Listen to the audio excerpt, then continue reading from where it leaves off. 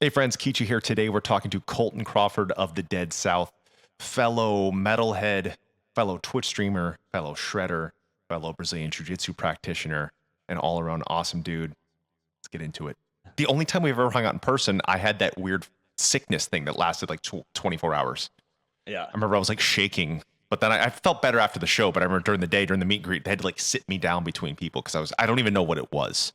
I have no idea what happened, but I'm good now. I wish we were in person now. Are you going to be through Florida at all soon on tour? Dude, no, we're doing no Florida this year. Damn. It's sad. I know. I should We're post one hitting of those. everywhere else. I got to post one of those angry comments on your Yes. socials. Yeah, Why please no do. Florida? You hate us now. Yeah, Damn, yeah, because I exactly. want to train with you. I want to train. That's two of my favorite ways to learn to get to know someone. And I'm sure you'd agree.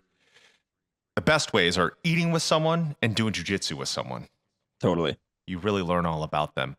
Yeah. But we'll get into jiu-jitsu in a bit. Let's take Colton Crawdad from the beginning. Why did they say Crawdad? Just because the craw? Yeah, just because of the craw. My bandmate Nate started calling me Crawdaddy, and Yeah. it just kind of stuck. Yeah, That's awesome. It's just a silly little thing. Yeah. Have you had much Cajun food with like crawfish? A little bit, yeah. When we go down south, I try and eat it, and it's fucking delicious. Okay, because there's another thing you got to try of Cajun food. It's Viet Cajun. So Vietnamese, it's like this fusion of Vietnamese and Cajun. It's amazing, and it's this kind of, I guess, like a big thing. How how the French kind of colonized into Vietnam and brought a lot of French food into Vietnamese food. The Vietnamese also started, for some reason, probably when they moved down to the States, is they started injecting a lot of Cajun flavors into it. And we've got this amazing place called King Cajun. It's directly across from Gracie Baja, and it's amazing. A lot of us will go there. So if you're ever down, we'll train and we'll get Viet Cajun crawfish. Sounds perfect. So yes, take us to the beginning. When Hell did you yeah. first start noticing music? When did you first start listening to music? How old were you? Where were you? What did this look like? City, state, all that. Take us to the beginning of your life. Yeah, so I was born in Edmonton, Alberta. And I live in Saskatchewan, moved to Saskatchewan to a small city called Prince Albert. Saskatchewan's got some pretty funny names. We got Prince Albert, we got Regina, we got Moose Jaw. But I grew up in Prince Albert. Started taking piano. My mom taught my sister and I piano. I started when I was 5. Started playing guitar when I was 12. And then right around the same time started to get into like punk and kind of heavier stuff, new metal.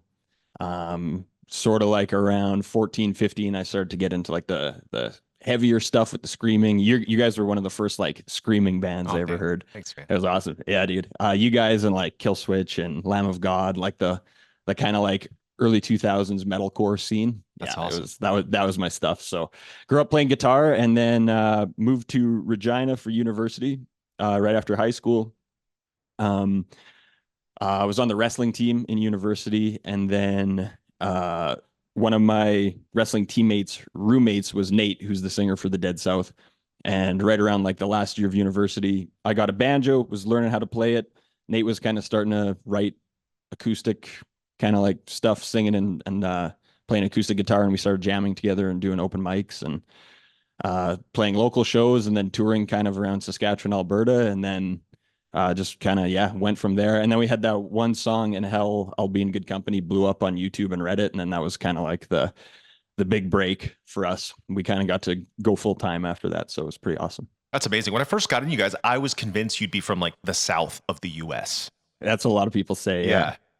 Is there a big like folk scene or like kind of like I guess I can't call it Americana, Canadicana? Is there a Yeah. Canadicana like style that goes in Canada? I've seen the cowboy things.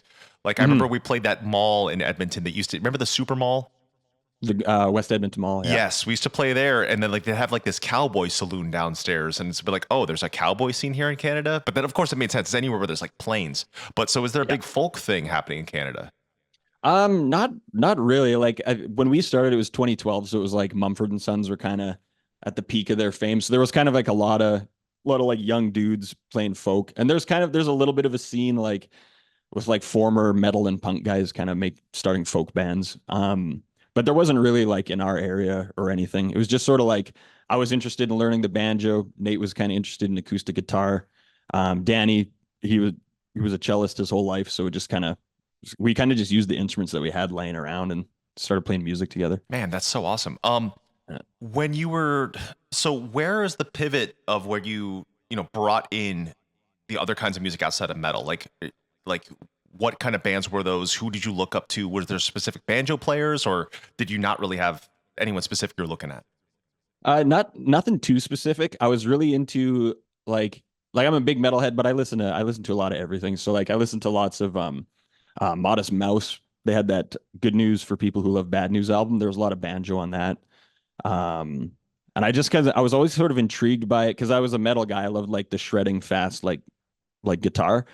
And I remember seeing Steve Martin play. Steve Martin, the comedian, is He's also so a good. world He's class so banjo good. player. Yeah, he's It's insane. insane. And Yeah. yeah, and I saw him on like Conan or like one of those late night shows, and I was like, that looks fucking cool. It's kind of like when Danaher says like when the first time he did jiu-jitsu, he just wanted to understand what was going on. Yeah. It's the same sort of thing. I was just like, that's really neat.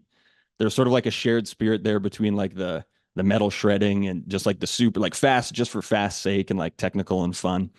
And I was just really intrigued by it. So it just kind of like once I got one and started playing, I just sort of got addicted to it. I've always felt that. Like, even it was this past weekend, it's only 2 days ago. My brother-in-law, he had this really awesome bluegrass on, and he started asking me, he's like, "Hey, Matt, did you ever try banjo?" I was like, "I've tried it. I had a really difficult time. I tried my stepfather, who's my wife's father-in-law. Wait, stepdad? Right, my father-in-law, who's Ashley's stepdad. I'm getting confused. But his daughter is an amazing banjo player, and her girlfriend is an amazing fiddle player. So I was trying both instruments, thinking it would translate over, and I had a difficult time. So my brother-in-law was just asking me, he's like, "Oh, you ever hear these guys?" Like, "Yeah, it's amazing." And I started talking about you, and I've always felt that they are linked. Of course, banjo playing came well before metal, but I do feel like the fast, if there's a specific style, please let me know too. The fast picking style of banjo is very, very much so like metal, and it A lot. reminds me of that. So did the metal riffs that you had in the chops, obviously they would have helped you coming into this, right? Yeah, especially the left hand. The right hand is quite different. Especially like if you're playing, there's a bunch of different styles of banjo playing, but the right hand I had kind of had to like unlearn a lot.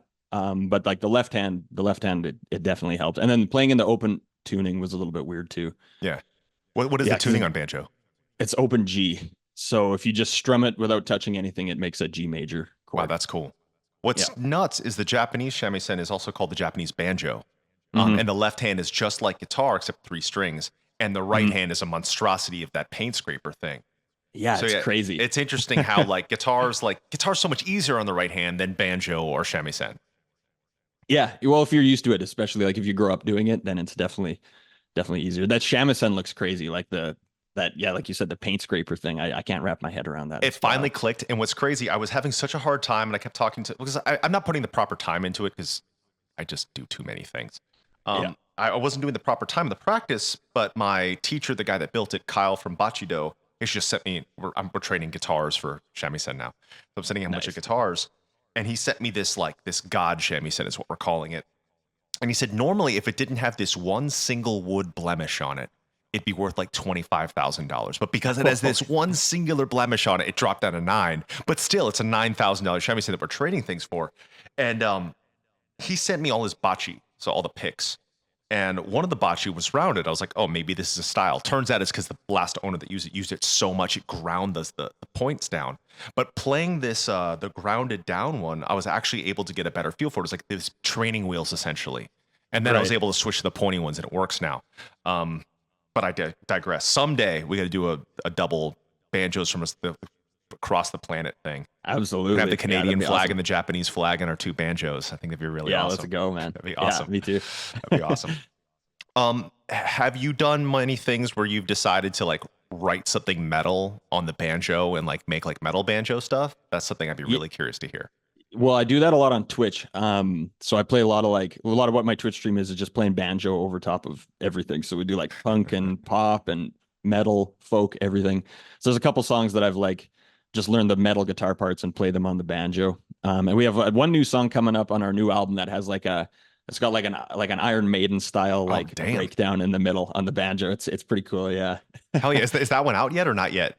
No, that one's not out yet. Oh man, I can't wait. I've been loving Yeah. the new songs. I've got them. I've had them both on Sirius, and I was like, I didn't think anyone would. I think people would be excited to hear something so different. But I've only gotten high praise of like, wow, this is so cool. This isn't what you normally play, but this fits so well. Which Awesome, they man. I must love just to know hear the that. DNA because I think like things like metal gaming, and especially you and I can read on this jiu-jitsu. It's like you can't really fake being into it. Like I hear the metalness through your playing like knowing you and all this stuff. And like, I feel that maybe metalheads are getting that connection just by hearing you play. Like, they're like, oh, he's cut from the same cloth as we are. Totally. Yeah. I actually get that a lot. And I love that. It's like one of my favorite, when a metalhead likes our music, it's like the highest compliment for me. Yeah, I'm that's like, awesome. hell yeah, that's awesome. Yeah. Yeah, I remember when I first heard you guys, like, oh, this is so amazing. Because like you mentioned, and I'm not doing any comparisons, and I'm not saying you guys sound like them by any means, but like Mumford and Sons, I loved that first album so much, and I thought it was one of the greatest things to come out within the like 2 decade span of that era. Um, and the later stuff, like I know that I don't really know the because I don't really follow the press or anything. I was so curious why they pivoted so much to going to sound like everyone else. Like I was curious. I didn't know if like Dan Mumford in his head was like, all right, everyone's kind of doing what I just did. I'm gonna go do something that no one's doing, but it ended up just sound like kind of like Coldplay. Yeah, exactly. I know. They kind of like they forgot what got them to the dance. It seemed like those first Yeah, two albums were so good. so And good. yeah, and then it was just like drums and electric guitars and stuff, but it was Yeah. like the lack of drums and the lack of electric guitars is what made them a It made it great so band. cool. So I hope I didn't just yeah. inadvertently start like a beef with him. Like I think that the Ted Lasso song is awesome, but like Yeah. that first record, I was listening to that nonstop what we actually did in waves, and so I noticed that there's one of the songs, a white blank page. I remember I was listening to that on the way to the studio right before I wrote the lyrics to Of All These Yesterdays. I was like, oh, I feel the rage and it burns the pages. So I was heavily inspired by that one. And That's cool. that's right when John Paul Douglas, the guy that did the artwork, and Ashley, my wife, they're super into indie, and I'd never really heard much before, so they got me heavily into that, and so I really gravitated towards that and like Arcade Fire. I think it Yeah. was Arcade Fire's third record, who's also Canadian, I think. Yeah, they're Canadian. Man, Canada like is taking over the world with popular music. You think about like Nickelback, you think about Yeah. like all these like gigantic bands from Canada that do really well internationally. It's very cool. What's the music scene like in Canada? Because like, it sometimes to me it almost feels like how Scandinavia is. How like everyone plays guitar in a band and everyone is good at what they do for an instrument. Is that semi-accurate for Canada? It's tough to say. Like from where we're from, it's I don't know. It's kind of not everyone plays music. There's like a good little music scene in Regina, and in Saskatoon, which is like the other kind of bigger city in Saskatchewan. Um, but yeah, I mean, it's got a vibrant local music scene. It's tough to compare to anywhere else though, just because I've never lived anywhere else. So Yeah. I spent a it's tough to say. birthday. I celebrated a birthday in Saskatoon actually. Nice. Went to a really cool restaurant with it was like a brewery gastropub thing. It was Us and In Flames. And I specifically remember just having a really good That's time awesome. there. And Hell yeah. man, that just reminded me of another one. Like these cities you mentioned too, like there's just so many good memories there. Like Canada's always been actually after the first time we went to Canada, Canada's always been very good to us. Like one of the first times we were supporting Dillinger, and before Ascendancy came out, we were first of four. It was Dillinger Escape Plan, The End, Red Yellow, who's like this math rocky kind of indie band, and us. I remember we crossed the border to Canada at the first Canadian show. No one stood on the main floor in front of the stage. They all turned their backs at us, and we're just Brutal. like Oh, no. that. And I remember another club we played, like Travis's drums were still in the way, and like a local guy started kicking them out of the Oh. way, and we like started screaming at the promoter, and then they said they'd make sure we never had a career in Canada ever. But then since then, it has been absolutely incredible. Yeah, I don't know why I went off that, but that made me think of that. And so Regina is pronounced Hilarious. Regina. I thought It's it was Regina. pronounced Regina. Dude, yeah, it's Regina. I have no idea why, but it's They could pronounced Regina. shift that a little bit. They just could, just yeah. like just a little bit of an inflection change, and I think it'd be less hilarious. Yeah, dude, I have no clue why. Why it's like the only time you'll ever see that word pronounced that way. Yeah. Oh man. Regina. Yeah. I love Canada. It's a great place. I love the food. I think the food scene in Canada is awesome. It's not bad actually. Yeah. Yeah. Even like Regina has some pretty good restaurants. Now every time you say Regina, you're gonna think about it.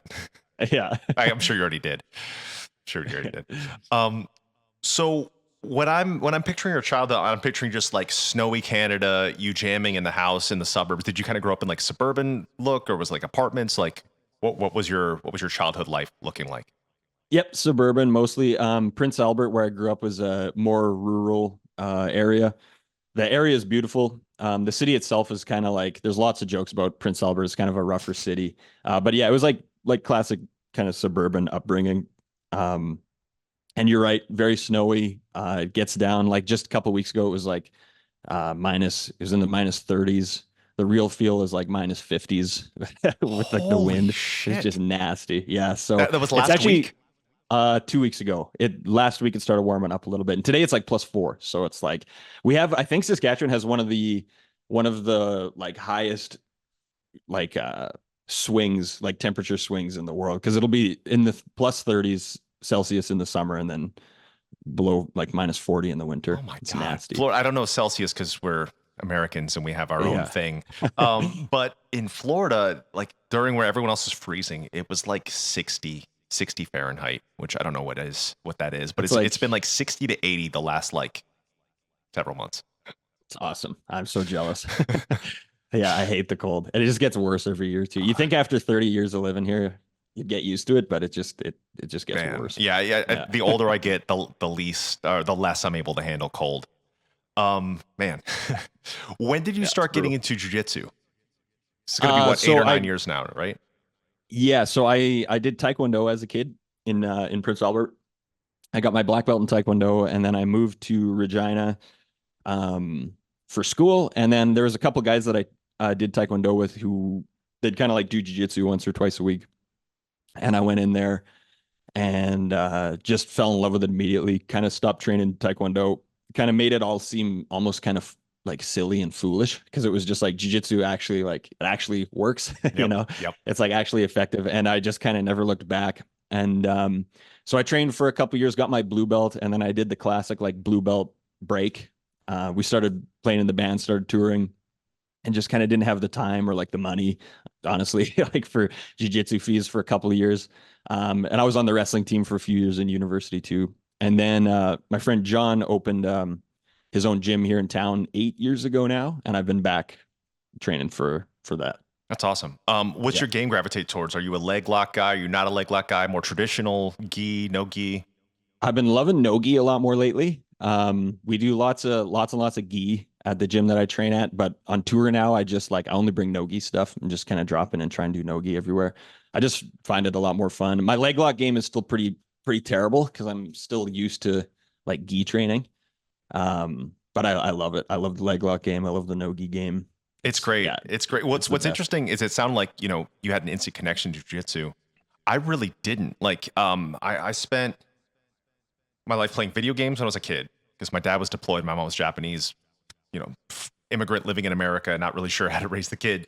And so Yeah, I played video games. I mean, she did an amazing job as a parent, but like not sure what to show me or do. So video for sure. games, then guitar, and I never really went outside till I got into yoga in like 2010, and then I got into jiu-jitsu 2013. So no joke, my first 1 to 3 years, I was terrible. Like I couldn't do a side break fall for at least 10 months. I remember a brown belt looking and laughing at me like, look at this grown adult who can't do a side break fall. And I would just get destroyed. I would never even kind of win. Everything was terrible. Plus I tore a lot. And I'm a very slow learner. I don't know what kind of learner you are, but I'm very slow. Everything I get into, like I forget things all the time. If I take a week off singing, I feel like I forget how to sing. And so it was like after those 3 years, I wanted to quit basically for 3 years, but I stuck with it. I was like, I'm gonna go 5 days a week for 3 years. It was like year 5, 6, 7, my game started kicking in. But it was in between this time, like I would leave, I'd come back, and the class would progress, and I would be teaching our sound guy jujitsu. So it would just be bad. I wouldn't do drop-ins. I was too scared to. And I remember I started training with a couple other black belts or brown belts that would come around band, and they started like ankle locking me or heel hooking me. And I was like, what is that? And I'm like, well, I'm not allowed to do that in my school because it's more traditional, gi. They Yeah, kind of only do straight ankle locks, toe holds, and knee bars at brown belt.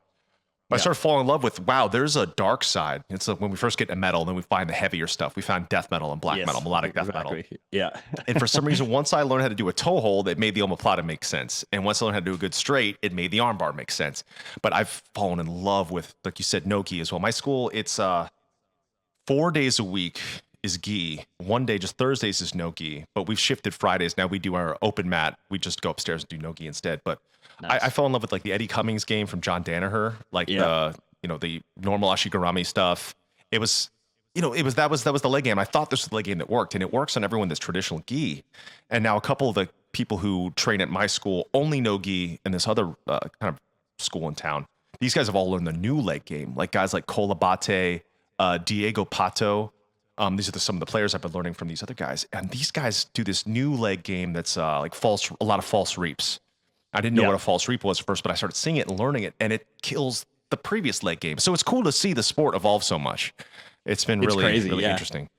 yeah, it is. And there's always kind of like fads that come and go. And I remember a couple of years ago, it was sort of like our leg locks. Is this whole leg lock game kind of like, is it legit, or is it just kind of going to be sort of like rubber guard? Like some guys will use it, but it's not going to be like taught and trained widely. But I think like the Danaher guys They really really changed the did. whole meta of the sport with the leg lock game. It's crazy. Now it's like Absolutely.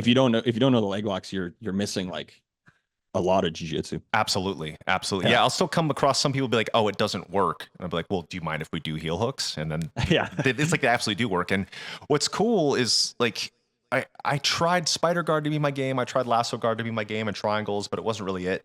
And not to sound like a dad, but if you definitely for you, like watch your fingers. Like Yeah. get the gloves and the tape and just that's the other good thing about no gi. I feel like with gi, there's so much risk if we're doing a really hard grip and someone does a big strip. Like this is never going to go back, and it did affect me a lot on guitar. And I finally Yeah, that's got a used to nasty it. finger, It man. sucks, man. So just please be careful.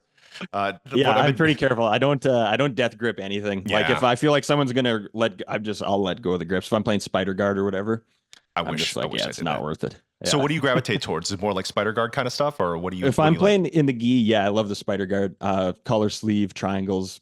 Those are kind of my game. I have kind of like I got like a weak upper body, but I got a strong legs and flexible hips. So like guard game, spider guard's good for me. That's awesome. That's awesome. Triangles are good. Yeah. Oh, that's killer. That's killer. Yeah, because I've Yeah. always felt like I'm not fast, I'm not strong, not explosive, not really athletic. That's why I like the leg game, is if I put someone to 50-50, it slows it down.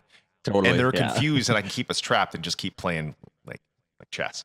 Anyway, Yeah. for the non-jiu-jitsu people like, wait, what? Let's swap back around. Early on for guitar heroes, like who were some of your guitar heroes? If you didn't necessarily have like banjo players outside of Steve Martin, who were some of the guitar guys that you really looked up to? Dude, like I don't want to be that guy, but like I had posters of you guys on my wall. You guys, Mark Martin, yeah, Tim from As I Lay Dying. Like I was saying, just all those like early the 2000s metalcore scene was like I loved that stuff. Kill Switch, Adam from Kill Switch was one of my favorites. Actually, there's a part on the new album in Tiny Wooden Box, actually, in that little breakdown part, which is basically just the end of which song is it? My Curse by Kill Switch. Yeah. I basically just play that part on the banjo. Yeah. That's awesome. Yeah. So there's still like so much of the way that I write parts on the banjo is like very inspired by the metalcore stuff. Man, that's so cool. Yeah. No, And then I was into sorry. Oh no, you go ahead. Go ahead. I was just gonna say I was into like a lot of classic rock stuff too. So like I love Jimmy Page and I loved like Zach Wilde and all those guys too. Man, I'm so honored that Heroes. you liked our band. Like anytime I hear another musician that I liked it, I'm always surprised and humbled. So thank you so much. That's really cool. Yeah, man. Hell yeah. Well, thank you. I was thinking, what does your gear look like when you go on tour then? Because like I know what a guitar player would bring out, because every guitar player is kind of the same. But what about a banjo player? Like what is your setup for tour? Pretty much just my banjo. I go into the Fishman EQ and then that's a DI, and then that just goes straight to the soundboard. So we were lucky in the early days. We toured in a minivan, like it was just us four and our four instruments and some DIs, and that was it. Damn, Yeah. that's amazing. That must be liberating. No drum though. kit, no nothing. Oh yeah, big time. Yeah, Yeah, because like low overhead. yeah, because we've gotten to the point like we had fridges for a while, then we've scaled back, and then we've scaled medium. Yeah. Yeah, man, that's really cool. Would you mind playing us something? Like Sure, I'll play something. anything in the world. Like I just love the sound of your banjo playing. So Sure, man. Yeah. awesome. Just give me a sec. I'll have to tune up here. No worries. Yeah, these classical instruments got to be tuned a lot. Yeah, I actually just got like they're called Nile gut strings, so they're kind of like they're nylon, but they're meant to replicate like the old It was like cat gut, right? gut strings. Yeah. Yeah, like the turn of the century banjo. So I've been playing a lot of like kind of old timey stuff. Yeah, that's awesome.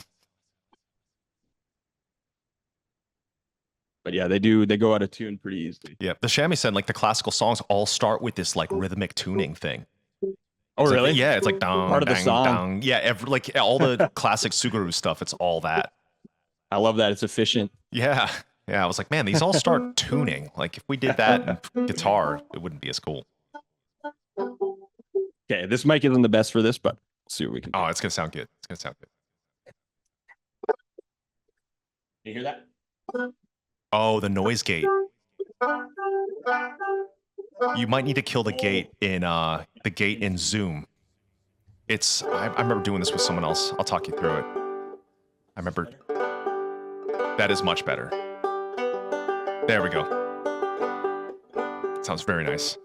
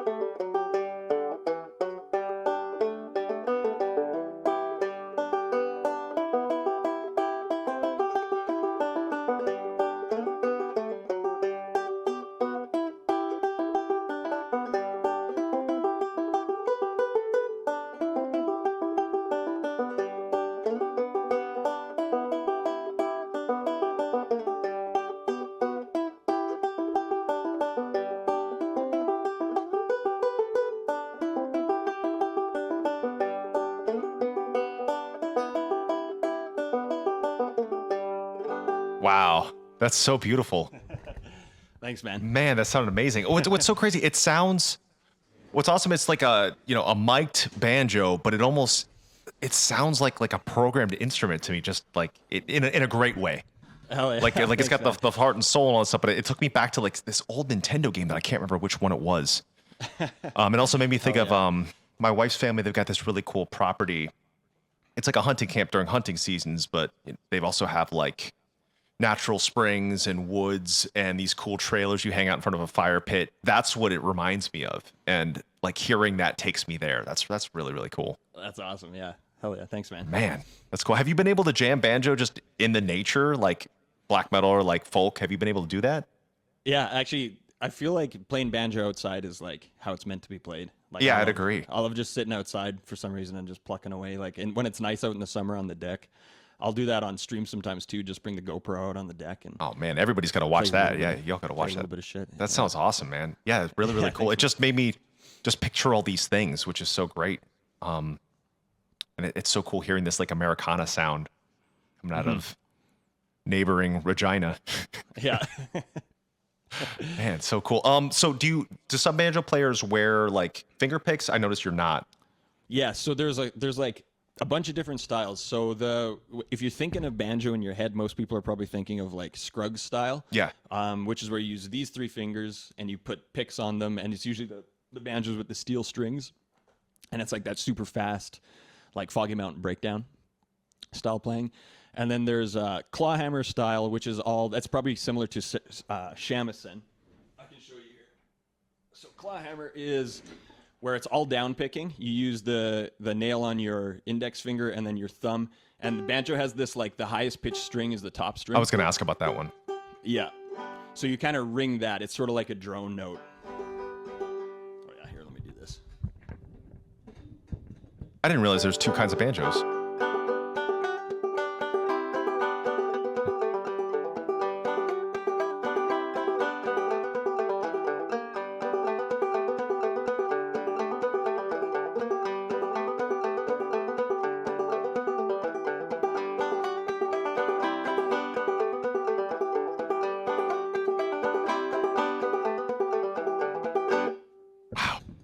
So that's clawhammer style. Yeah. So it's like all down picking. It's very rhythmic, and then that high fifth string is just a drone note. Wow, that's so And then what cool. I was just doing there is two finger style, which is like a really old timey style where you don't use the picks and you just use the thumb and index. That's so cool. Oh, I guess I didn't even realize that there's like the snare top one and then the non-snare top one. So this sounds more like a classical. This sounds like lute or harp or almost like harpsichord to me without the high end. Yeah. Well, they all have the snare top. I'll show you Okay. the other ones here. So This one's got the steel strings on it, and it's still got the snare top. That's a fancy looking one. This is a beefier one. It's out of tune, but that one sounds more harpsichord. That sounds like a harpsichord to me. Yeah, totally. Yeah, with the steel strings. But yeah, so they're all 5-string banjos, but there's just lots of different styles of play. Yeah. That's cool. So what's the 3-finger style? Is it meant for more this kind of banjo? Yeah, you know what? I'll go grab my picks. They're just upstairs. Give me 2 seconds. Yeah, no worries. Yeah. No worries. Everybody, it's so cool, huh? Man, there's something so pleasing about the banjo sound. Look at that wall, too. Man, that wall's nice. Is that wall 3D? This is the part, like, he's not hearing what we're talking about. And this, I don't know if it's going to stay in this or not, but it'd be really funny. Like, hey, what is that wall?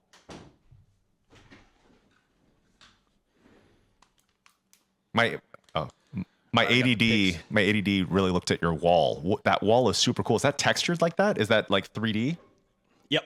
Wow. Yeah, it's just PVC, so it's just for looks. It doesn't do a whole lot of like sound deadening or anything. Yeah, it looks really cool. It looks like you're calling from space. Yeah. Yeah. I have to tune this guy up too. Yeah, no worries. No, I'm having a blast. This is such soothing, nice stuff. This is like the nicest stuff I've listened to today. Oh yeah. Little banjo lesson.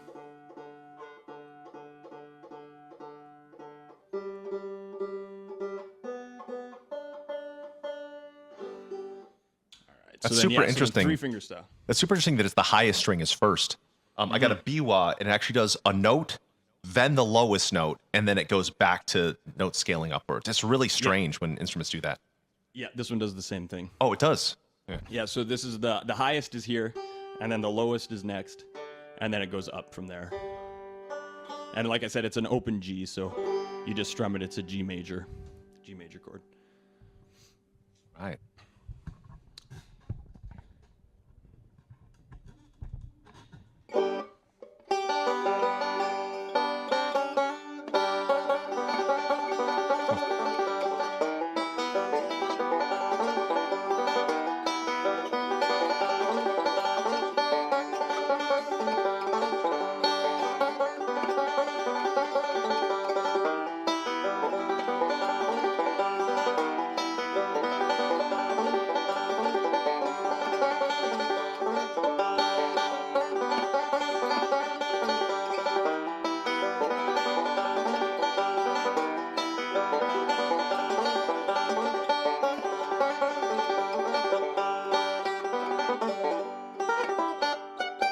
That's so awesome. So that's the 3-finger style, the fast, the super fast style, and that's the stuff that I saw Steve Martin playing. Yeah, and I was like, I want to learn how to do that. It is so cool. I want to learn how to do that as well. That's awesome. It took me to I don't know why I'm picturing so much things in my head while you're playing today, but I think that's a good sign. It took me to Mario 64 in the snow world during like when you race. I think that they have something like banjo music. I think absolutely they do. Okay, cool. Yeah, give me all sorts of memories. Yeah, dude. Damn, that's awesome. Thank you so much for playing those. Of course, yeah, man. Man, yeah, really, really exciting stuff. It's what's so cool that I've been noticing lately as I've been trying to learn new instruments, and I've always been into, like you said, like every style of music. I love listening to all different world music and classical music. There's something so pleasing about when it's like the ingredients are almost similar. It's strings, it's a wooden body, but it sounds so different. And that must be so inspiring for you as a guitar player to be able to jump these different instruments, say like, all right, I know what I'm doing here. I could just change the way it sounds on this other instrument. That's exciting. Totally. So then a lot of what I do, like I play a lot of like the 3-finger style with the Dead South, that claw hammer style. But then another thing I do that a lot of banjo players don't is I also play with a guitar pick, just because I have all those years of playing like metal. So then there's some songs where I'm doing like normal like metal guitar solos and guitar parts just with like a guitar pick on the banjo as well. So it's kind of whatever suits the song, I feel like. Have you tried running that through pedals, like wah pedals or distortion pedals or anything like that? I actually haven't, no. Oh, you got to. Into that. I don't really have any gear. That's the thing. I don't really have distortion pedals or anything because I'm just an acoustic guy. So, but I got the like that neural DSP, like the virtual amp. So I should probably start running the. Man, I would love to hear you on distortion with a wah pedal on a banjo. That'd be so cool. People are saying Miku pedal, which I have a Miku I can lend you. What's a Miku? How would I describe Miku, everybody? Miku is this Japanese pop idol that's a cartoon, so it's not a real person. But the pedal of it only makes these weird sounds. It sounds like what you'd expect an anime woman to sound like if she was making sound effects purely with her mouth. Okay. But this thing like probably it. sells out arenas. It's the future, I guess. It's just this thing that's not alive that people worship. Vocaloid is what they're calling it. Vocaloid. Vocaloid. Okay. Yeah, so I think a banjo Kind through of a like a Miku. talk box sort of thing. Kind of, but it all makes everything sound like Miku. So I think your banjo would just sound like Miku. Yeah, I think that my sounds idea of the wah pedal is better, or like a whammy pedal would be pretty fun. Trying to see what else I got. I think the wah thing would be pretty sick, like a bass fuzz wah. That'd be really cool. Be pretty sweet. Yeah. Man, that'd be awesome. The other thing I wonder too, it'd probably be easier on guitar, but like using the triple play on a banjo, I wonder if that would register. Have you messed with that at all? It's like it turns your guitar into a MIDI controller, like a keyboard. And so each string and every corresponding fret tracks real time into MIDI. Oh, that's sweet. Yeah. So that way I could fake banjo. Like I could play guitar and do it through a banjo VST and it was like a banjo. But that might be some cool stuff too. That's cool. Yeah. I like the sound of that. Yeah. I've been playing with a lot of synths on that and just like making it sound like just like weird Hans Zimmer. I guess if Mick Gordon, Hans Zimmer had a baby, it's also kind of a horrifying thought for both of them. Anyway, so besides jiu-jitsu, banjo, Jam with the Dead South, and streaming, what else you been into? What else you been discovering, doing? What are the next plans coming up? That keeps me pretty busy. We just had a baby, so we have congrats. An 8-month old now. So between the things you mentioned, that keeps me pretty busy. I like gaming. Try and play some video games every night before bed, kind of thing. And yeah, that's kind of it, man. Working out, I like lifting weights. That's more so just to keep my body good for jiu-jitsu. I just feel better generally when I'm lifting weights. What kind of do you prefer, like barbells, dumbbells? What's your lifting program? I like going heavy with barbells, and then I like kettlebells too. I like swings and Turkish get-ups. Awesome. Trying to do those once a week as well. Yeah. Yeah, I've been loving the mace and kettlebells is what I've been really into. Do you know who Raspberry Ape is? Daniel Strauss. He's an English jiu-jitsu guy.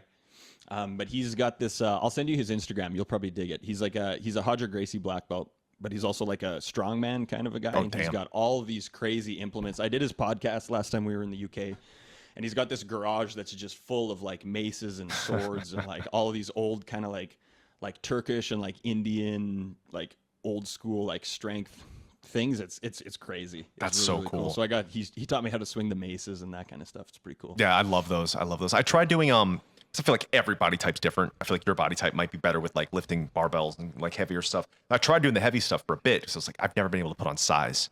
I don't know if it's like a Japanese guy thing or a Japanese Irish guy thing or what, but I cannot seem to put on size.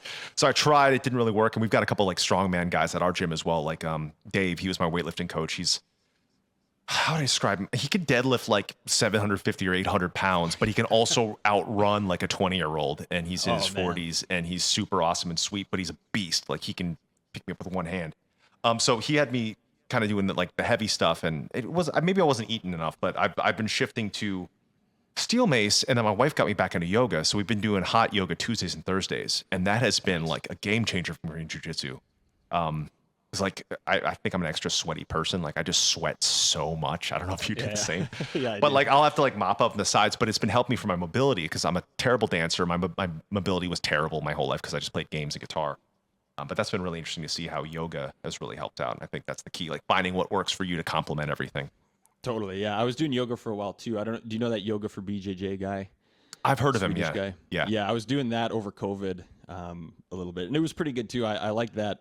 But yeah, I don't know. I just gravitated more towards the barbell and the weights. Yeah, for sure. Yeah. For sure. How many days a week do you train? I've been asking my training partners that as well, trying to find like the right amount.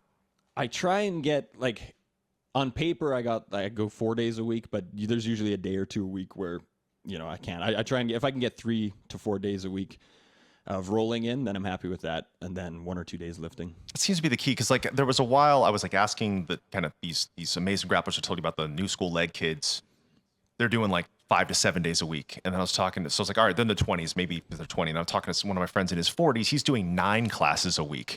I'm like, all right, maybe I should be able to handle 5 days a week of jiu-jitsu and then put things Saturday, Sunday. I tried it. And like, I wasn't beat or sore necessarily, but I noticed my performance going down. And I noticed that I was like losing a lot more. My body wasn't doing what it should do. I, talking to you 3 or 4 days, talking to my main training partner and a couple of my other main training partners, they're all like 3-4 days a week. Maybe I just need to do that.